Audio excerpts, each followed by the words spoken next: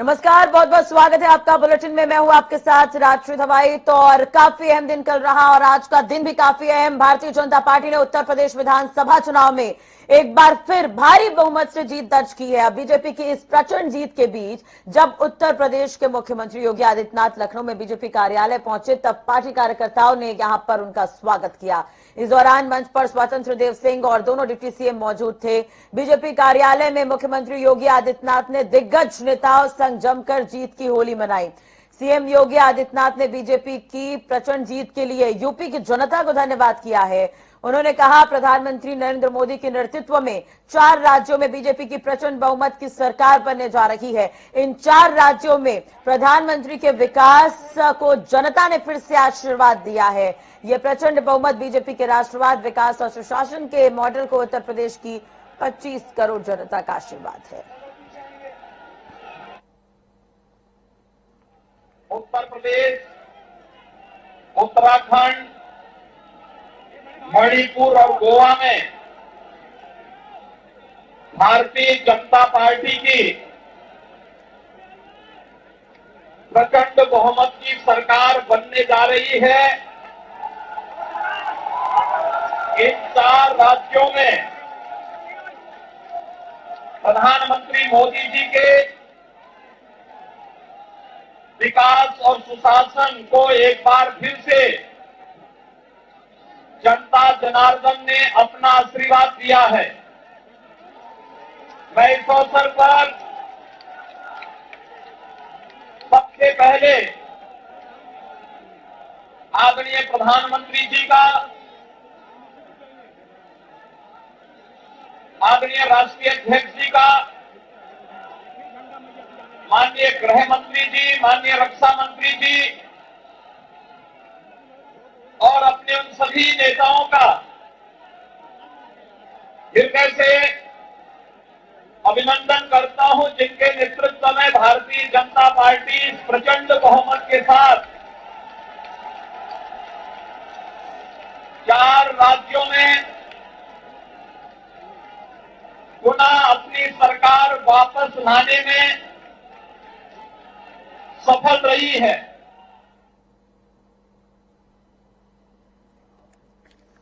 तो 4 राज्यों में बीजेपी के शानदार प्रदर्शन के बाद बीजेपी में उत्सव का माहौल है। दिल्ली में बीजेपी मुख्यालय जाकर प्रधानमंत्री नरेंद्र मोदी ने जनता का आभार जताया है। उनके साथ बीजेपी अध्यक्ष जेपी नड्डा भी मौजूद नजर आए। कार्यालय में नारों और तालियों के साथ पीएम का स्वागत हुआ। इस दौरान प्रधानमंत्री मोदी ने कहा कि चुनाव के दौरान बीजेपी के कार्यकर्ताओं ने मुझसे वादा किया था कि इस बार होली 10 मार्च से ही शुरू हो जाएगी। हमारे कर्मठ कार्यकर्ताओं ने अपने वादे को पूरा किया है। पीएम ने आगे कहा कि बीजेपी गरीब को भरोसा देती है। मैं गरीब का हक उसके घर तक पहुंचाए बिना चैन से बैठने वाला रही हूं। मैं समझता हूं कि उत्तर प्रदेश के नागरिकों को जातिवाद की बाड़ाबंदी में बांध करके वे उन जातियों का अपमान करते थे, उन नागरिकों का अपमान करते थे, पूरे उत्तर प्रदेश का अपमान करते थे।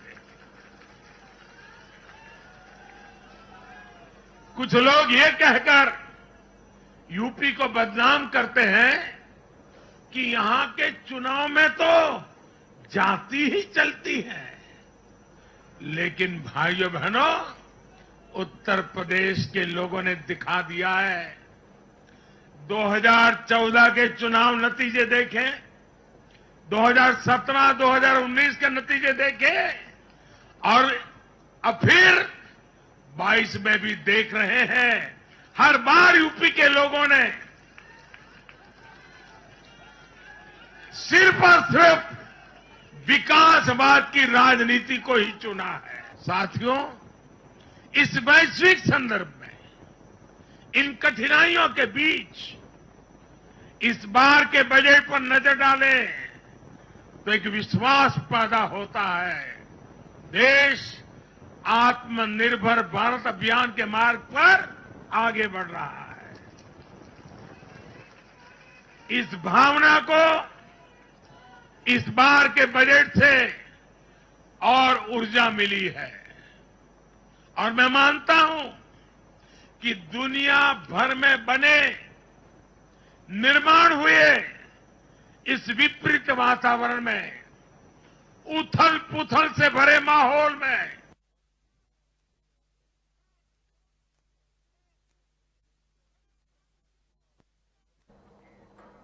दिल्ली में आज यूपी बीजेपी की बड़ी बैठक होनी है। यूपी चुनाव नतीजों को लेकर दिल्ली में बैठक होगी। सीएम योगी, बीजेपी प्रदेश अध्यक्ष स्वतंत्र देव इसमें शामिल होंगे।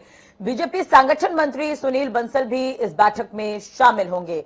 तो चलिए, अब चुनाव हुए, मतदान के बाद रिजल्ट, अब बैठकों का दौर चलेगा। तो यूपी चुनाव नतीजों को लेकर दिल्ली में अहम बैठक, ये बड़ी खबर इस वक्त की हम आपको बता रहे हैं। सीएम योगी, बीजेपी प्रदेश अध्यक्ष स्वतंत्र देव भी इस बैठक में शामिल होंगे। बीजेपी संगठन मंत्री सुनील बंसल भी इस बैठक में शामिल होंगे। तो दिल्ली में आज यूपी बीजेपी की बड़ी बैठक होनी है, क्योंकि अब तमाम मुद्दों पर चर्चा होगी, क्योंकि बहुमत के साथ यहां पर बीजेपी सरकार बनाने वाली है। तो तमाम तरह से मंथन होंगे, कैबिनेट में कौन कौन से चेहरे शामिल होंगे, इन सब बातों पर विचार विमर्श हो सकता है। तो काफी अहम इस बैठक को माना जा रहा है जो दिल्ली में आज होनी है।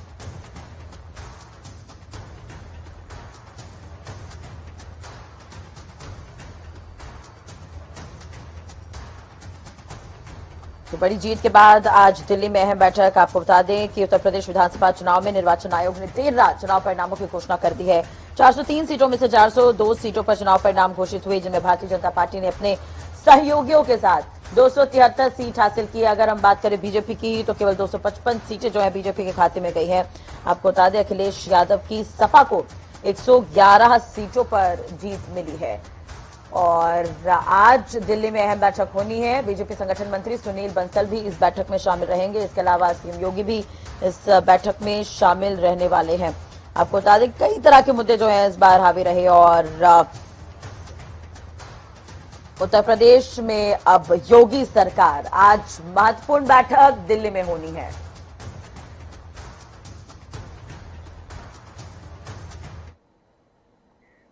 इधर कौशाम्बी की सिराथू सीट से केशव प्रसाद मौर्य चुनाव हार गए। वहां से सपा की पल्लवी पटेल को जीत हासिल हुई है। उन्होंने डिप्टी सीएम केशव प्रसाद मौर्य को 7,337 वोटों से मात दी है। पल्लवी को यहां 1,05,568 वोट मिले हैं, जबकि केशव प्रसाद को 98,727 वोटों पर ही संतोष करना पड़ा। वहीं तीसरे नंबर पर रहे बसपा के मुनाज साहब अली को 10,034 वोट मिले हैं। आपको बता दें कि पिता को हारता देखकर केशव के बेटे और बीजेपी समर्थकों ने वोटिंग को रुकवा दिया था। उनकी ओर से फिर से वोटिंग कराने की मांग की गई थी। हालांकि इस पर प्रेक्षकों ने फिर से मतगणना कराने से मना कर दिया था काउंटिंग को लेकर। 31 राउंड पूरा होते केशव प्रसाद मौर्य सपा प्रत्याशी से काफी पीछे हो गए और चुनाव में हार का सामना करना पड़ा।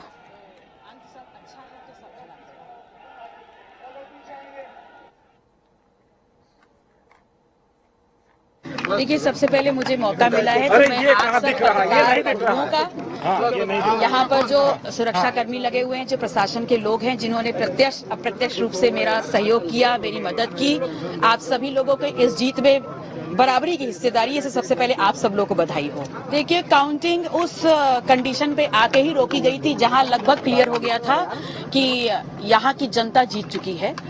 उसी कंडीशन पे आकर के काउंटिंग जानबूझकर रुकवाई गई, लेकिन we say whatever ends well that ends well. तो अंत सब अच्छा है तो सब भला है।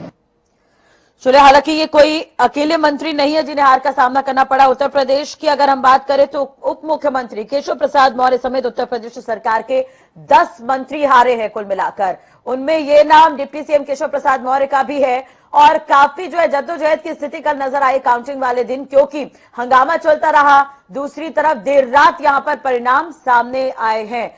सपा ने एन वक्त पर यह प्रत्याशी बदला था और पल्लवी जी ने यह जीत हासिल हुई है। बीएसपी सुप्रीमो मायावती ने यूपी विधानसभा चुनाव में करारी हार के बाद प्रेस कॉन्फ्रेंस किया सुबह सुबह, और इस दौरान मायावती ने कहा कि जातिवादी मीडिया ने झूठी खबरें फैलाई और ये माहौल बनाने की कोशिश की कि चुनाव में टक्कर बीजेपी और सपा की है। उन्होंने कहा कि अगर दलित और मुस्लिम एक होकर बीएसपी के पक्ष में वोट करते तो पश्चिम बंगाल की तरह चौंकाने वाले परिणाम आ सकते थे।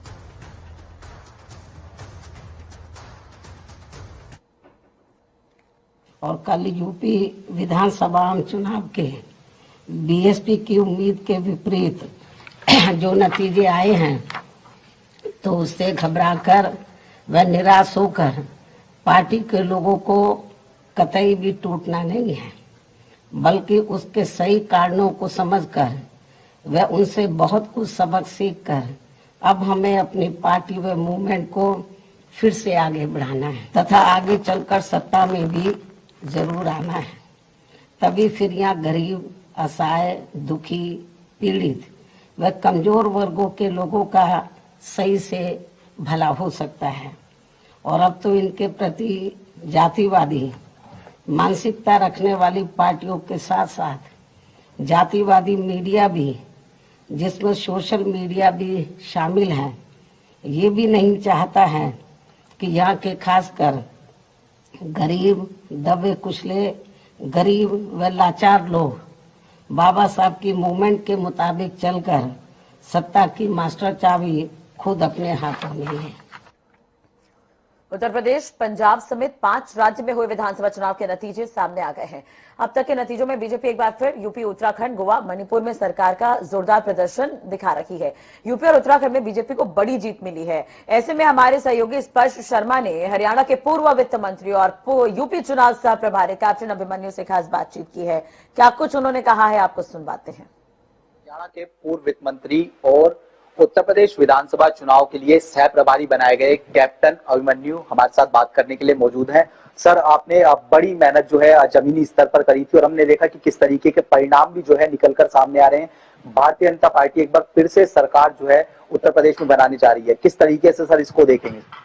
देखिए, 10 मार्च 2022 इस देश के राजनीति के, लोकतंत्र के इतिहास में एक बहुत ही मील का पत्थर, महत्वपूर्ण तारीख साबित होने जा रही है, जहां पर आदरणीय नरेंद्र भाई मोदी जी के नेतृत्व में भारत सरकार पिछले 7-8 सालों से देश की सेवा कर रही है, देश की जनता, गरीब के कल्याण के काम चला रही है। वहीं मोदी जी को पूरे विश्व में सर्वाधिक लोकप्रिय जननेता के तौर पर स्वीकार किया है। भारतीय जनता पार्टी विश्व का सबसे बड़ा राजनीतिक दल बनकर के उभरा है और उत्तर प्रदेश जो लगभग भारतवर्ष का एक प्रकार से 5वां हिस्सा है और इन 5 राज्यों में कुल मिलाकर के 4 राज्यों में स्पष्ट बहुमत की, प्रचंड बहुमत की भारतीय जनता पार्टी की सरकार बनना 2022 के इस चुनाव में ऐसा माना जा रहा है कि इससे 2024 का लोकसभा का चुनाव, उसकी धारा स्पष्ट होती है, उसकी दिशा स्पष्ट होती है। उसका मायने 2024 से लेकर के अगले आने वाले 2029 तक का इस देश के राजनीतिक दिशा को तय करने वाला ये चुनाव था। केवल राजनीतिक दिशा नहीं, इस देश में जिस प्रकार से सुशासन के विकास के, सबका साथ सबका विकास, सबका विश्वास, सबका प्रयास की नीति जो मोदी जी ने लागू की है, तो इन चुनावों ने मोदी जी के उस दूरदर्शी नेतृत्व के ऊपर एक जबरदस्त मोहर लगाने का काम किया। वहीं उत्तर प्रदेश में एक डबल इंजन की सरकार के तौर पर योगी जी ने पिछले 5 वर्षों में उत्तर प्रदेश में जिस प्रकार से सुशासन दिया, जिस प्रकार से एक ऐसा मजबूत प्रशासन चलाने का काम किया जिसमें गुंडे, बदमाश, अपराधी और माफिया वह पूरी तरह से नेस्त नाबूद होने की स्थिति में आ गए। आम जन खुल करके एक खुली हवा में सांस लेने की अधिकार उसको मिला।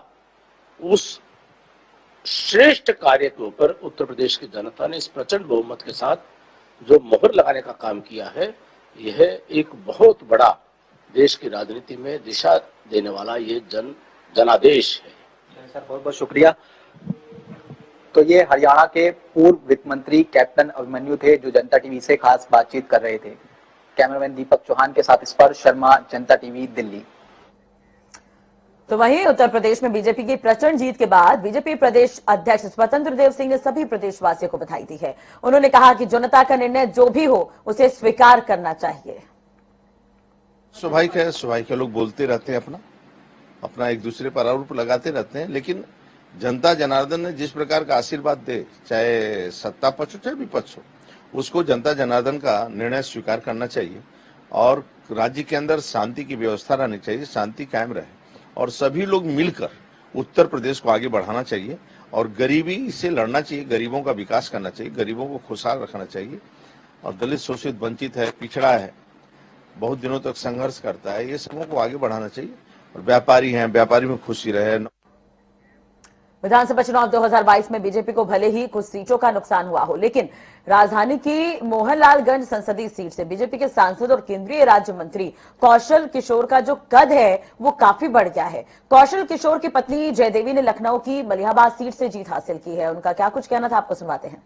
से सांसद और केंद्रीय मंत्री की पत्नी जयदेवी कौशल जी हमारे साथ मौजूद हैं, जिन्होंने मलिहाबाद से जीत दर्ज की है। मैम, इस बार फिर मलिहाबाद से आपने जीत दर्ज की है, क्या कुछ कहना है? कहना क्या है, जो हमारी जनता आज जो मेहनत किया है जनता, और कुछ प्रधानमंत्री जी के और मुख्यमंत्री जी की जो योजना है, उसी लिए आज हमको दोबारा हमारी जनता फिर से दोबारा विधायक बनाया। और अपनी जनता का जो हम काम कर रहे थे, और प्रधानमंत्री जी योगी जी जो मेरी गरीब जनता के साथ में इतना अच्छा व्यवहार किया है, जो कार्य किया है, उसी से मेरी जनता खुश है।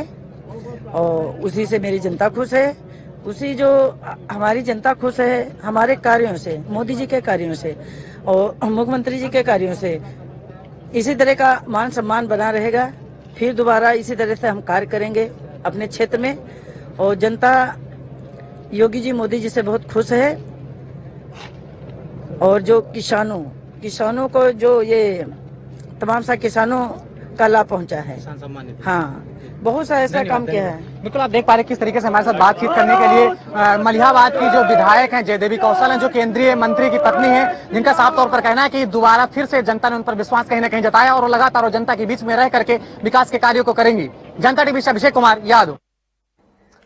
पहाड़ पर एक बार फिर बीजेपी ने अपनी सरकार बना ली है, बस कुछ औपचारिकताएं बाकी है। भारतीय जनता पार्टी पुष्कर सिंह धामी को ही मुख्यमंत्री का चेहरा बनाकर चुनाव मैदान में थी। अब उत्तराखंड में बीजेपी की बहुमत के साथ एक बार फिर आगे है। प्रदेश के इतिहास में पहली बार ऐसा होने जा रहा है कि कोई पार्टी लगातार दूसरी बार सरकार यहां पर बनाएगी, लेकिन मौजूदा मुख्यमंत्री पुष्कर सिंह धामी के हाथ निराशा लगी है। खटीमा विधानसभा सीट से धामी को करारी हार का सामना करना पड़ा।